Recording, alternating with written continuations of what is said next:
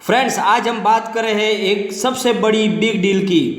दोस्तों, दो corporate house Reliance और फ्यूचर ग्रुप दोनों आज एक बड़ी डील करने जा रहे हैं। किशोर बियाणी और मुकेश अंबानी के बीच एक बड़ी डील होने जा रही है और ये लगभग आज फाइनल होने की कगार पर है। इस डील के अनुसार रिलायंस कंपनी फ्यूचर ग्रुप का 13,000 करोड़ का जो कर्जा है वो खुद चुकाएगी और इसके बदले में फ्यूचर ग्रुप का जो मालिकाना हक है वो मुकेश अंबानी का हो जाएगा। दोस्तों, मुकेश अंबानी की रिलायंस कंपनी और किशोर बियाणी के फ्यूचर ग्रुप के रिटेल बिजनेस को खरीदने के करीब लगभग वो पूरी पहुंच चुकी है और उनकी डील लगभग फाइनल होने की तैयारी पर है। आज ये डील लगभग शायद फाइनल भी हो जाएगी।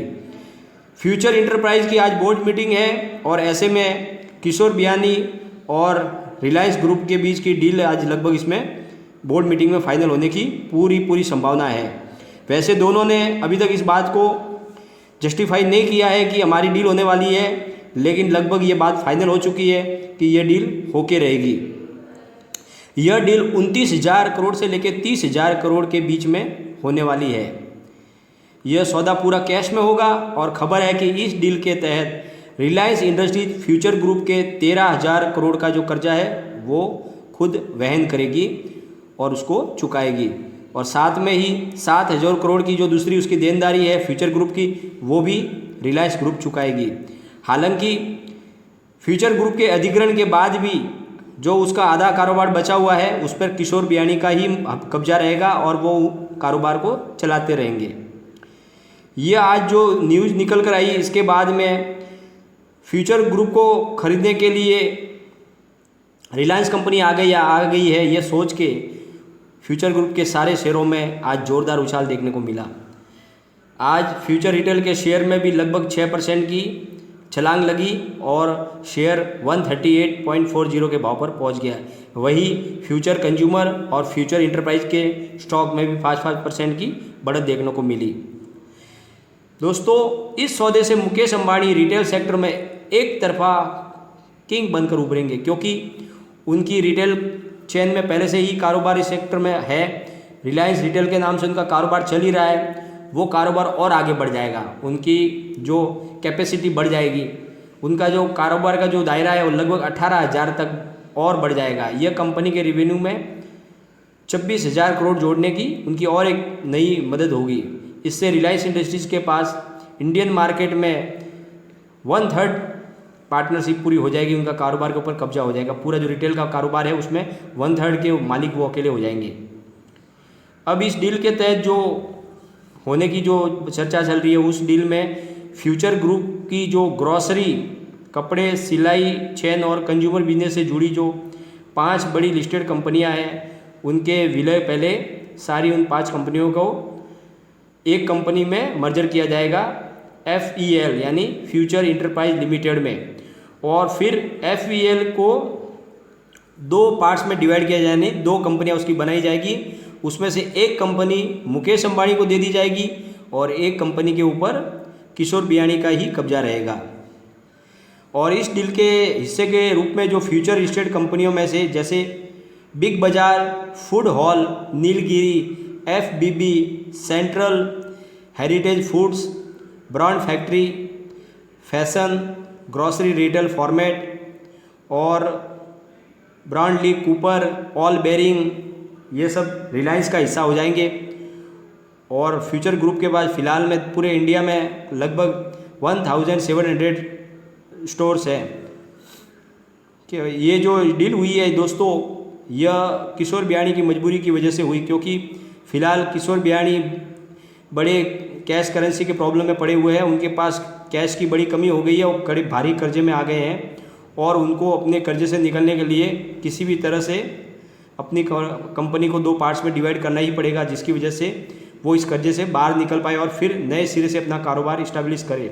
एक समय था जब किशोर बियाणी इस रिटेल चेन के किंग कहे जाते थे और कारोबार में वो एक मिसाल कहे जाते थे लोगों से कि भाई छोटे से कारोबार से उन्होंने कारोबार को खड़ा करके पूरे इंडिया में रिटेल चेन खड़ी कर दी थी।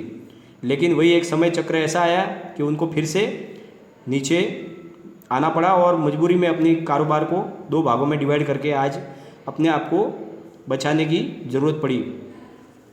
बिग बाज़ार का जो टैग था सबसे सस्ता सबसे अच्छा, वो टैग इतना शानदार चला कि उसने ही फ्यूचर ग्रुप को टर्नओवर जो था करीब 9,000 करोड़ तक पहुंचा दिया था।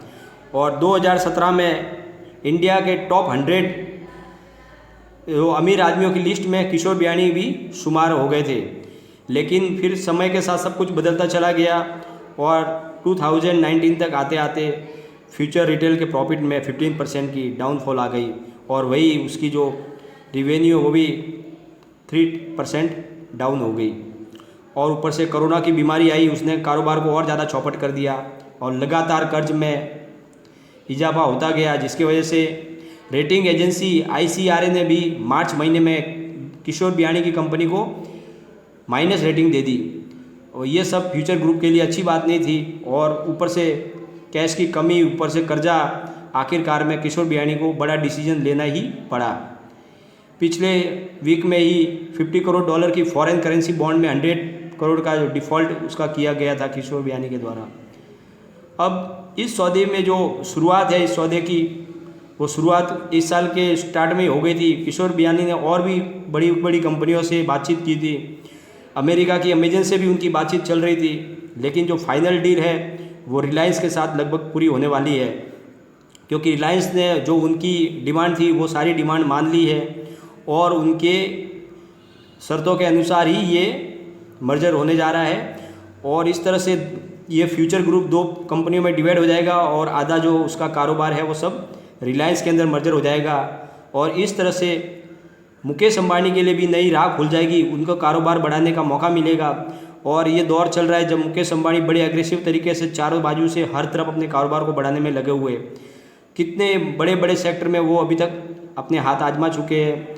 रिलायंस ग्रुप रिलायंस जियो मार्ट के नाम से भी कारोबार आगे भी बढ़ा रहे हैं और उनका रिलायंस रिटेल तो चल ही रहा है। साथ में टेलीकॉम सेक्टर में भी रिलायंस जियो ने धूम मचाई हुई है और इंडिया की नंबर 1 टेलीकॉम कंपनी बहुत कम समय में बन गई, क्योंकि मुकेश अंबानी के पास वो कला है कि वो जहाँ पे पत्थर पे भी अगर हाथ रख ले तो वो भी खरा सोना बन जाती है।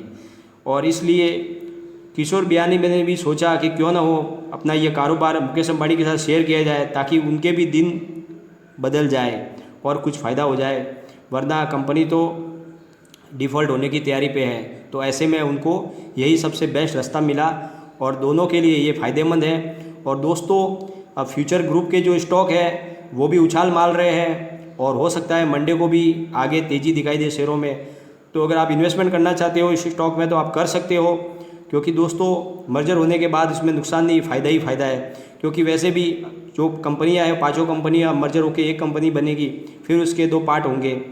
तो आप उसमें से अगर किसी में भी इन्वेस्टमेंट करते हो तो आपको बेनिफिट मिल सकता है और अपने हिसाब से आप उसमें इन्वेस्टमेंट कर सकते हैं। लेकिन दोस्तों, इन्वेस्टमेंट करने से पहले अपने फाइनेंशियल एडवाइज़र से एडवाइस ले लें, उसके बाद इन्वेस्टमेंट करें।